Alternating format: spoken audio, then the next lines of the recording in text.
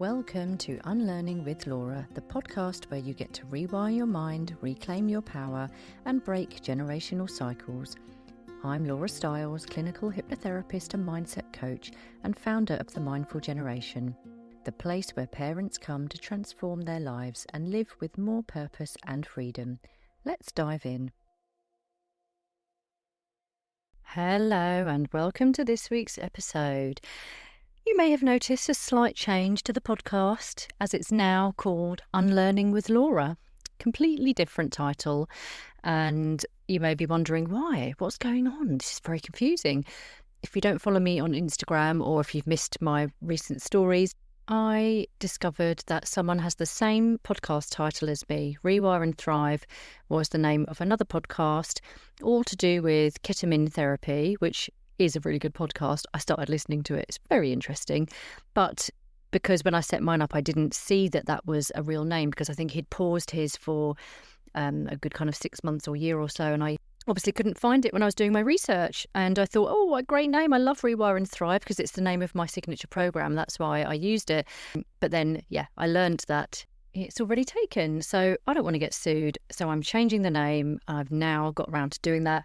And so this podcast is called Unlearning with Laura. After much deliberation and looking at various different titles, this one just felt right for me, because much of what I do is all about unlearning our unhelpful conditioning and really peeling back the layers of what we have learned throughout our childhood and our lives that we have ingrained into our beliefs, and that we really, truly, at a very subconscious level and a deep level, have believed is truth and gospel for a very long time, when it's not. So we're doing a lot of unlearning here over at The Mindful Generation. So I hope you like the new name. And today I'm coming with a solo episode. It's just me talking about loneliness in motherhood. Now, I've been meaning to do this episode for a few weeks now, and it's a really important one, because although it's something that you may not have experienced yourself or might not resonate, I think it's really rife, and I think that not enough people are talking about it. And I think there's a lot of mothers out there who perhaps feel really lonely, but might feel embarrassed or ashamed to mention that. Or there might be some that some days feel really lonely, other days feel absolutely fine. And they just perhaps don't know how to find that balance of seeking connection, but in a way that feels right for them. So, for example, there's probably a lot of mums out there who would really love to have their own support system and village around them, but the people that live near them might not be their sort of people. And it's really hard in this modern world where everything's global and family members live really far away and that kind of thing, and friends as well. It's really hard to seek out that true, authentic connection. And actually, it may not even feel like it's about connection for you if you are in the thick of new mum life and you don't have many people around you, or you're perhaps not getting out as much as you'd like to and having nice adult conversations with like-minded mums. It might just be that you feel like you need support more than connection. It might be that you are neurodivergent or not wanting to be social, or maybe you're just a real introvert and you're not too bothered about seeing other people, but really you could just do with a bit of support, like someone cuddling the baby while you go and have a shower, or someone just making you a load of batch meals, things like that. For me personally, that's what I really could have done with more of in new motherhood. I was really, really lucky to have an amazing NCT group when I was a new mum, and they all lived pretty close by. I didn't have any family nearby. And for me personally, my beautiful group of 6 NCT friends were just the best. And so we made ourselves kind of meet up at least once a week. We'd go to each other's houses. We'd go to local baby massage or baby gymnastics or sensory groups, all that kind of stuff. And there were some days where I just felt really shit and I hadn't slept for days, and I would meet them and just be like, I can't really speak right now, but I feel like I just need to be here. And there were other days where we'd arranged to meet and I would at the last minute say, I'm really sorry I can't meet because I am just too exhausted, or because I'm just really not feeling it today. And like there was real dips of like low moments and anxiety and not feeling good mentally. And then there were other days where I was like, I'm smashing this and I'm doing really well and I'm bonding so well with my baby. And, it really is such a mixture of true up and down emotions, isn't it, in those early days? So let's move on to some stats, because it is quite interesting to know how it feels for the rest of the world, because, you're in your own bubble, aren't you, when you're a new mum? And so if you are a new mum listening to this might be helpful. A YouGov survey for Home Start UK found that 82% of parents, new and experienced, reported feeling isolated at some point, and around 18% of those saying that they rarely or never had meaningful adult interaction. And out of all the new mums, this comes from lonelinessawarenessweek.org, 90% say they felt lonely since giving birth, and 43% feel lonely all the time. 43% feel lonely all the time. That's a lot, isn't it? That is tough. And I think the hardest thing about it is clearly, the world is different these days compared to when, say, my mum was a new mum, back in the 80s. It would have been a different time. I know that she had more family around her and there was less tech, so people wanted to connect more in person because that was kind of the only option. And yeah, it was just the done thing back then, wasn't it? But what causes the loneliness these days? Well, it's obvious, but some of it might not be so obvious. So, as I said, there's the social disconnection. So parent groups dissolve and friends without kids can drift away, and parental roles leave quite little space for adult interaction. That's actually a really good point. You really sometimes do not have the headspace or the social battery left to have any more adult interaction in those early days of motherhood. So yeah, I can definitely remember those days. Matrescence and isolation. So straddling constant presence with baby, yet no meaningful connection, which means mums feel isolated even when they're never alone. That is a very important one, actually, because it's lovely having a little baby when you have got that attachment there and you're enjoying your new role as a mum. I, for one, absolutely loved having my new baby. He was so, just like thinking of the baby smell and the cuddles and carrying him in the sling, and all of the positive, good parts of it were wonderful. But I do like deep conversations and I do like, real meaningful connection. And so when you don't have that, when you are with your baby most days and you do meet your mum friends, you're not going to have time or headspace or the energy for those meaningful connections and deep conversations. You're lucky if you can drink a warm drink, aren't you? Like, I remember trying to have conversations with some of my mum friends, and it literally was the whole time being interrupted. And then you're like, what were we talking about again? And then you're like, oh, hang on, my boob's leaking. Oh, no, he's done another poo. And you've literally spent the whole time not actually chatting.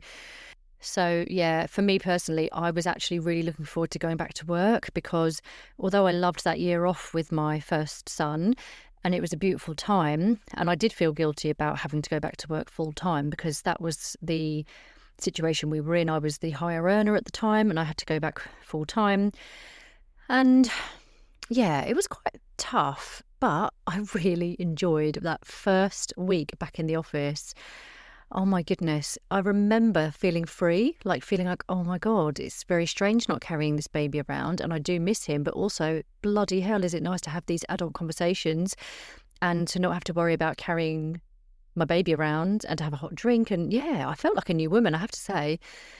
Then there's obviously perfection pressure. If you feel like you're a perfectionist, it's really hard with the modern social media feeds and, self-judgment that is added within that. So it makes mums feel inadequate and ashamed to ask for help. Now, I'm pretty sure when I was on maternity leave the first time round, I think that's when I discovered Mrs. Hinch and I started following her, and probably Stacey Solomon around that time or just after. And I remember, other accounts similar to theirs where the mums with babies looked like they were absolutely smashing it. Their houses were immaculate.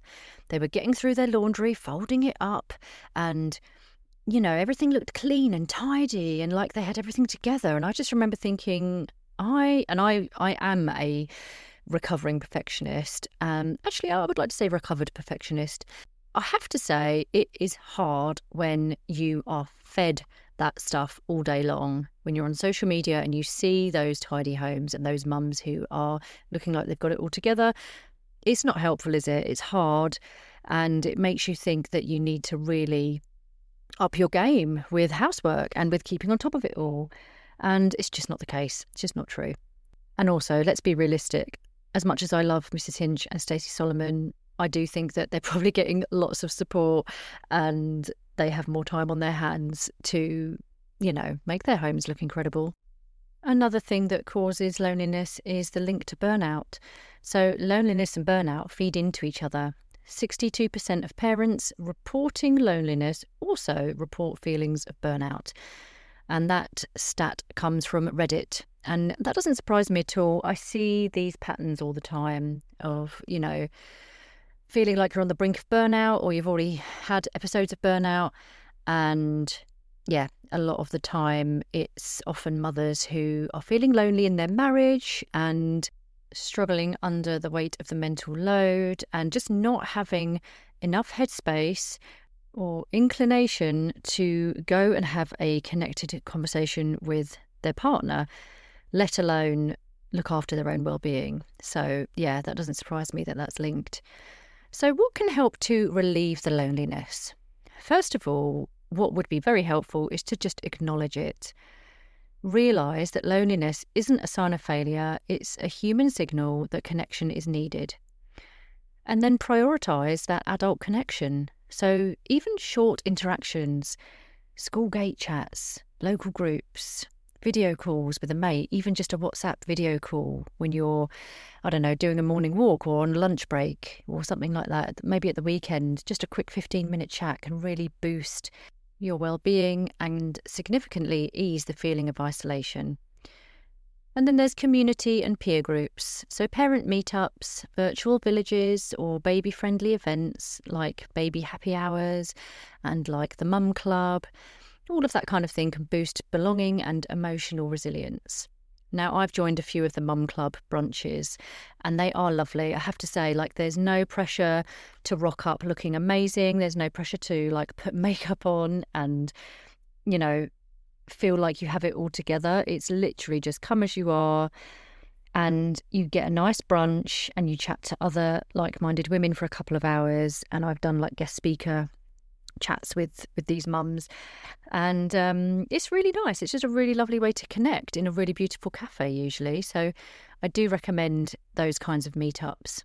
And then there's self-care and mindfulness. Daily moments of self-compassion, reflective journaling if that's your thing, or mindful breathing can reduce the emotional chaos and create pockets of calmness. Professional and peer support. So seek out mental health support if you feel it's needed. There's counsellors, coaches, and different types of therapists that you can find online. And there's so many that are just being really open about loneliness and normalising the feeling, and they build support. But you can also find free support from those kinds of experts where maybe they're in training or maybe they're offering something where they want to work with different kinds of people like mothers. I myself do remember coming across some coaches and therapists who were just in the beginning of their business journey and they were wanting to have more practice with real life people feeling a certain way so that they could practice their craft in return for a testimonial or market research. And so you can definitely seek out that kind of free support if you are limited on finances. It's really worth doing.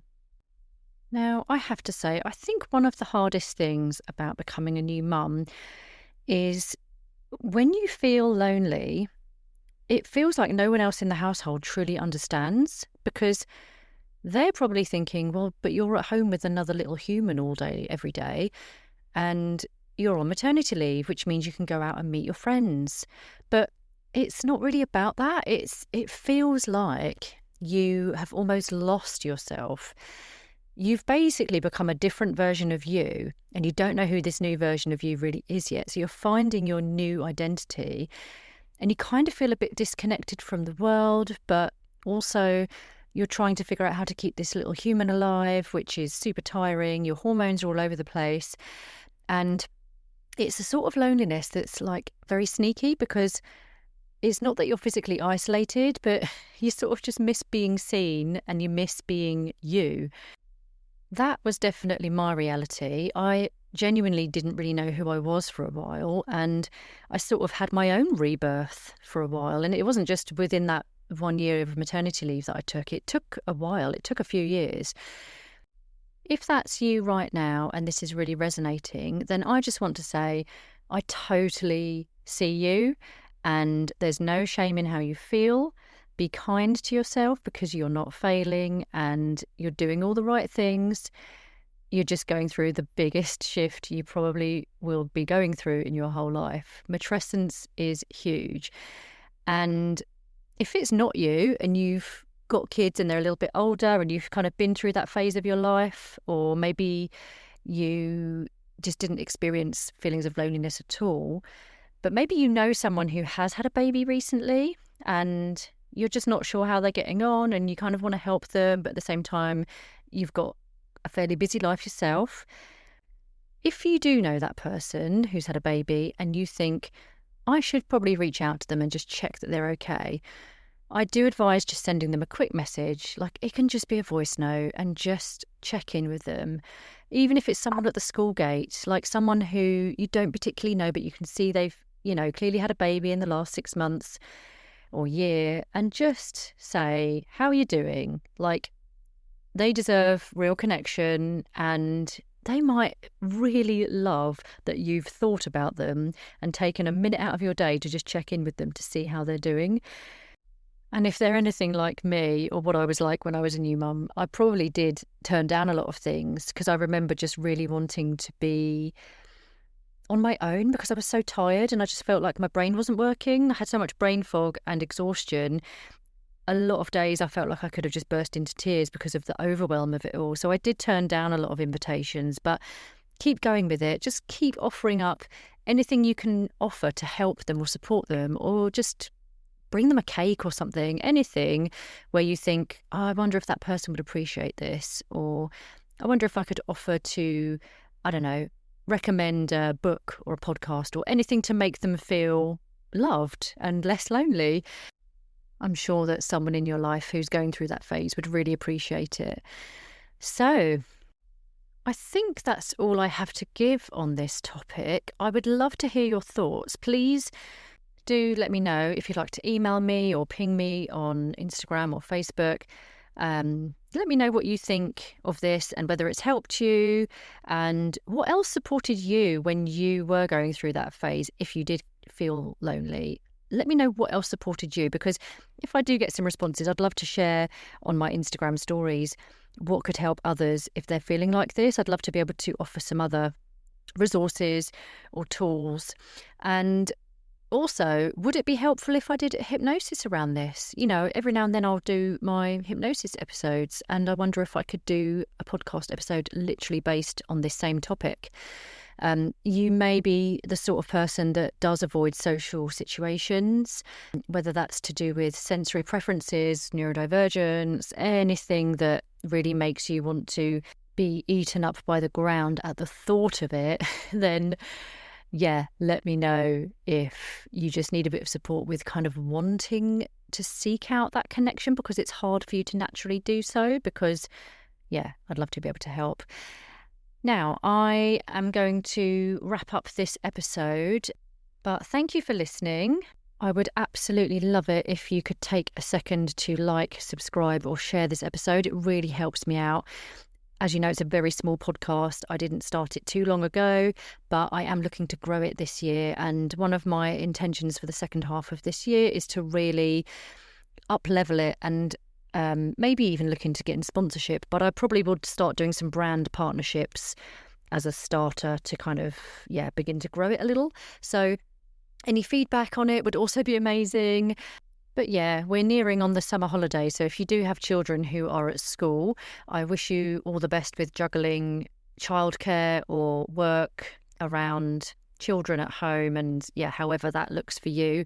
Good luck with it all. I need to finish, diarising a few things in the summer holidays myself. But do keep an eye out for the episodes that I've got coming up from kind of mid-July all the way through to the end of August, because each week an episode of the podcast will be guest episodes. So there'll be no hypnosis episodes and none of these solo ones like today. It will all be beautiful, fascinating and brilliant guests. And so just make sure you carve out time to listen to those, because they will be really, really worth listening to. And if you'd like to find out how you can work with me, drop me a DM or find the link in my bio on any of my platforms and we can have a little Zoom chat. It would be great to see where you might need support and how I can offer that to you, whether it's just a power hour or whether it's getting involved with doing one of my programs, the 4-week or the 12-week. Just keep an eye out, because I'm thinking of doing a summer promotion. So just keep an eye out on the socials, because I'm probably going to be talking about that in the coming days. Right, have a lovely rest of your week. Look after yourself and I'll see you soon. Bye.